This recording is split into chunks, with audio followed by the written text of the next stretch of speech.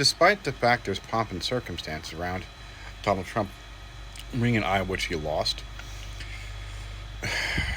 to Rafael Cruz, aka Ted Cruz, and now here, he only got 15,000 more votes than Nikki Haley. That's not good. Nikki Haley is a rudderless ship right now in the GOP. She is the last of the standing clowns that started out to run against Donald Trump. Chris Christie is gone. Mike Pence is gone. Ron DeSantis is gone. Vivek Ramaswamy is gone. And this sea of other characters I don't even remember. But Donald Trump said something interesting at the end of his coronation speech.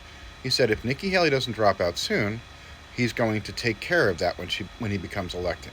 He implied that he was going to take the Department of Justice and go after Nikki Haley because Nikki Haley is doing a good job and bleeding votes away from him. Donald Trump is not going to debate Nikki Haley because, again, he's trying to make this entire time without a debate. Donald Trump is not capable of putting together a sentence like a rational person anymore and confuse Nikki Haley with Nancy Pelosi. One is white and old and from California, and one is not. Nikki Haley did a little pushback, but not nearly enough. And I've seen the Biden administration do some pushback on his cognitive ability since, projection is Donald Trump's favorite ploy. We need to make sure that we get him to talk. Nikki Haley needs to stick around. We want him to have to explain his lunacy to the public without softball answers.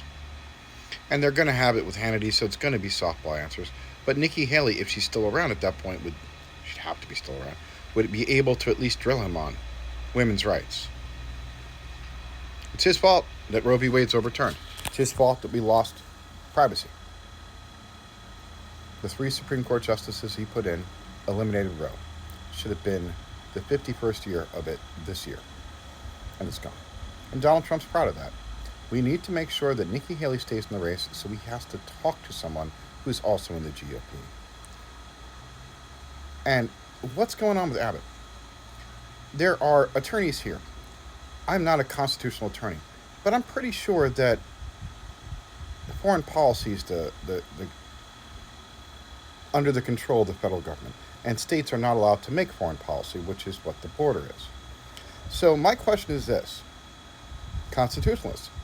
Eisenhower did it with Arkansas because they would not desegregate.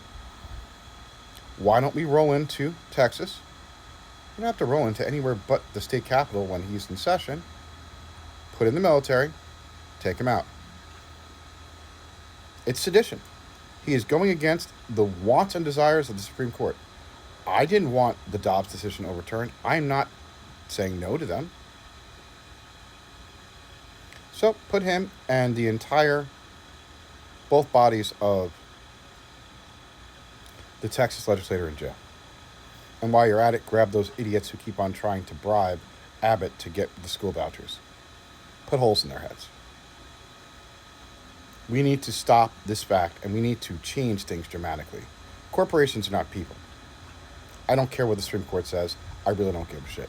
That needs to be fixed.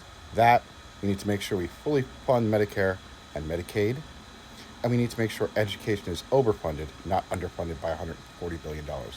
And we're going to have to make sure that we talk about abortion every single time a Democratic politician is up.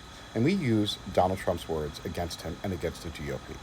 70% of America is for a woman to have a right to choose.